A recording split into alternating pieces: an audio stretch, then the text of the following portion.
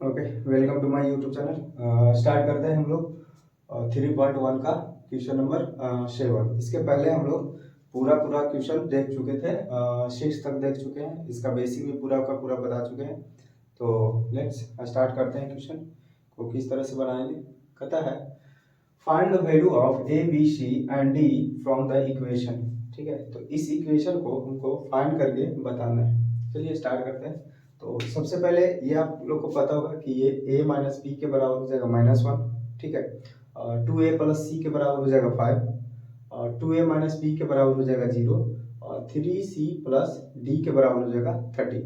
ठीक है, तो यहाँ पर हम क्या लिखेंगे, a minus B is equal to -1, और फिर उसके बाद किसी को भी पहले लिख सकते हैं, इसमें कोई डाउट नहीं। ठीक है, अगर हमें माने ये लिखने का तो ये भी लिख सकते हैं, ये लिखने का है तो ये भी लिख सकते हैं। ठीक है, कोई दिक्कत नहीं। तो हम ये लिख देते हैं। ठीक है, 2a minus B is equal to 0, और यहाँ पर हो जाएगा उसके बाद 2a plus C is equal to हो जाएगा 5, और 2c plus D is equal to हो जाएगा 30।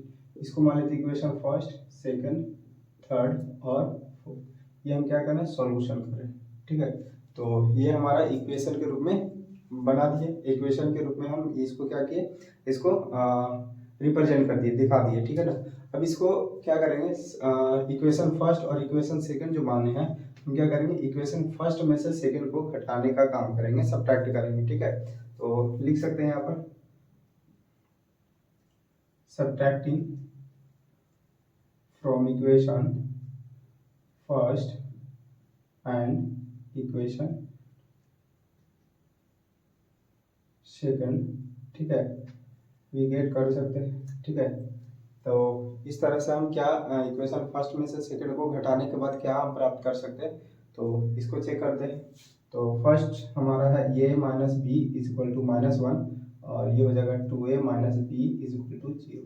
तो ये देखिए, सब्ट्रैक्ट करने का तरीका क्या है ना, हम a और b को मीन्स समीकरण 1 और 2 को हम क्या कर दिए, लिख दिए सिंपल सा। तो देखिए यहाँ पर ये प्लस में है, जो कुछ नहीं दिखता है तो ये प्लस में रहता है तो माइनस में हो जाता है, माइनस दिख रहा है तो यहाँ पर प्लस कर देते हैं, यहाँ पर कुछ नहीं है तो माइनस हो जाता है। ठीक है, तो देखिए माइनस में भी और प्लस में भी क्या हो जाएगा, दोनों कट जाएगा। ठीक है, तो हमारा क्या हो जाएगा, देखिए ए जो है प्लस में है, ए जो है प्लस में है, और ये ए 2a है जो माइनस में है, और इधर में क्या बच गया, ये तो कट गया, तो बच गया यहाँ पर सिर्फ -1, और जीरो के साथ माइनस है तो जीरो लिखे या नहीं लिखे कोई फर्क नहीं पड़ता है। ठीक है, तो यहाँ पर 2a में से एक जाएगा तो कितना बचेगा, -a बचेगा, बराबर -1। माइनस से माइनस कैंसिल हो जाएगा तो a इक्वल टू बच जाएगा हमारा 1 बच जाएगा। तो हमारा a का वैल्यू कितना निकल गया, 1। अब यहाँ पर a का वैल्यू हम किस में रख देंगे, इक्वेशन 1 में रखिए या तो 2 में रखिए, हमारा आंसर क्या आएगा, दोनों में किसी में रखिए तो हमारा करेक्ट आंसर आएगा। तो ये लिखेंगे, लिख सकते हैं putting the value of in equation first. ठीक है, हम क्या करते हैं ना, putting the value of in equation first, मतलब ये ए का वैल्यू हम क्या करते रहे ना, इक्वेशन फर्स्ट में हम पुट कर दे रहे हैं। ठीक है, तो फर्स्ट हमारा क्या है, A minus B is equal to -1। तो ए का वैल्यू कितना है, 1, तो 1 minus B is equal to -1, तो minus B is equal to -1, ये प्लस में 1 है, ये सट जाएगा तो माइनस में 1, तो minus B is equal to -1 -2 हो जाएगा, माइनस से minus cancel, B is equal to 2 आ जाएगा। तो ये हमारा फाइनली बी का वैल्यू भी निकल गया। हमको और क्या निकालना है, सी और डी बचा हुआ।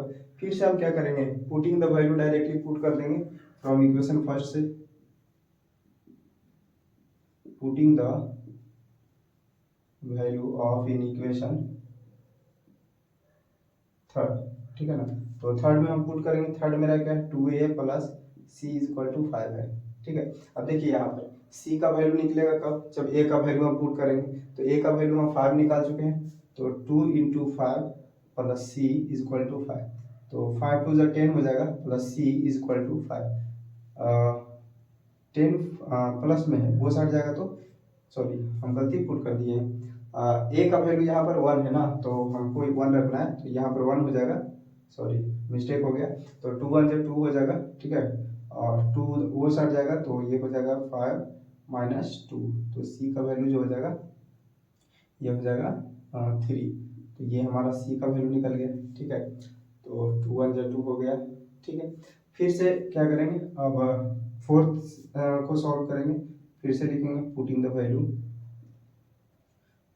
वैल्यू, नाउ कर सकते हैं आप, now putting the value of in equation, कौन सा, फोर्थ में चल रहा है। ठीक है ना, तो इक्वेशन हमारा फोर्थ है। फोर्थ क्या कहता है equation, 2c plus D is equal to 30। तो 2c, आप चाहे तो c का वैल्यू रख सकते हैं 2 यहाँ पर मल्टीप्लाई में, क्योंकि 2 और c मल्टीप्लाई में, तो plus D is equal to 13। D का, c का वैल्यू कितना है, सॉरी c का वैल्यू यहाँ पर है 3 निकाले हैं, तो c का वैल्यू हम यहाँ पर 3 पुट कर देंगे। 3 2 6 हो जाएगा, plus D is equal to 13। 6 plus में वो सट जाएगा तो माइनस में, तो 13 माइनस 6, तो डी का वैल्यू जो आ जाएगा 30 में से 6 जाएगा तो हो जाएगा 7। तो ए का वैल्यू जो निकल गया 1, बी का वैल्यू निकल गया 2 और सी का वैल्यू निकल गया 3 और डी का वैल्यू सॉरी 3 2 जा 6, सी का वैल्यू कितना है 2 3 जा 6 प्लस डी, ये सट जाएगा तो माइनस में, तो 7 ही बचेगा।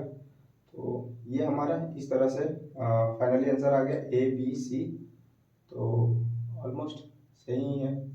तो डी का वैल्यू हमारा निकल गया 7, तो ये हमारा फाइनली क्या हो गया, आंसर हो गया। ठीक है, तो इस तरह से हमारा क्वेश्चन 7 नंबर क्वेश्चन कंप्लीट हुआ। नेक्स्ट मिलते हैं नेक्स्ट क्वेश्चन के साथ। ओके।